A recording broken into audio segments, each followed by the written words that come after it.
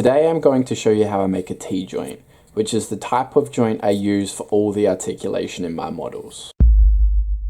Paper, any kind, I use standard printer paper. Card or cardboard, anything that is thicker than paper. I like card because you can draw on it. Sticky tape, whatever you have. Scissors, whatever you have. I have 3 pairs. Double-sided tape, use a strong one. I've gotten some pretty crappy brands before that barely stick 2 pieces of paper together, but the brand I use is called Express It and looks like this. But I'm sure there are plenty of others. Glue.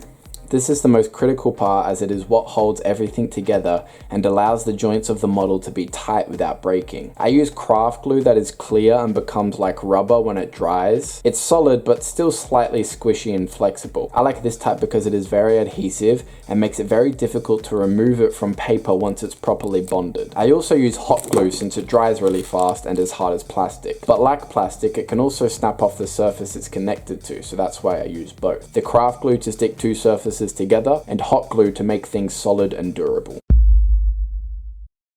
There are 4 sections that comprise what I call a T-joint. There's the pin, the pivot, the lever, and the piece of card or cardboard that is wrapped around the pin. The pin has 2 layers, an inner layer that sticks out 4 or 5 millimeters further than the outer layer. 2 layers are necessary in making the joint stronger. What happens is the first layer of the pin goes through a hole in the cardboard it will be attaching to, with the edge of the outer layer getting glued to the inside of the card, and then the inner layer sticking through is glued from the other side of the card. So it's getting glued from both sides, which is wedging that piece of cardboard in between. So you start with the pin since it's at the center of everything. And the pin should be as wide as possible since it will be a solid point of the model to grab onto when articulating that section. Since this is for the shoulder, I can see that according to my drawing, I can make this pin 2.5 centimeters wide and it will still fit inside the shoulder. So you just roll paper of any length into a tube. Then cut another strip of paper several millimeters thinner to wrap tightly around the inner layer. I always use double-sided tape on this outer layer since it sticks very well and is easy to use, but you could use glue if you wanted. You'll also want to color the outer layer of the pin in as well because this part will actually be visible on the final model. Then I add a piece of sticky tape around the outer layer so this lip of paper doesn't flick up and get caught in the pivot as it rotates. Then moving on to the pivot, you just have another strip of paper a few millimeters thinner than the outer layer of the pin, and you just wrap that around fairly tightly using double-sided tape to stick the paper to itself.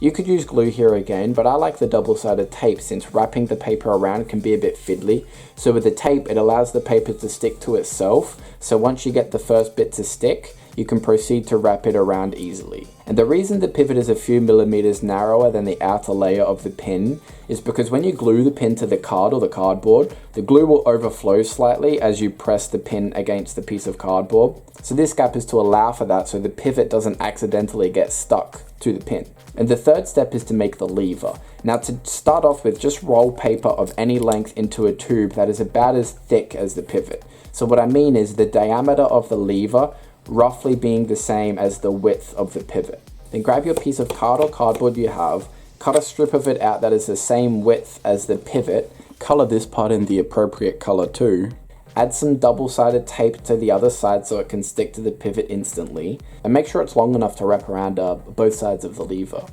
Then once you've done that, add some glue into this spot here where the lever will then slot into, and then firmly attach the card around the lever like this.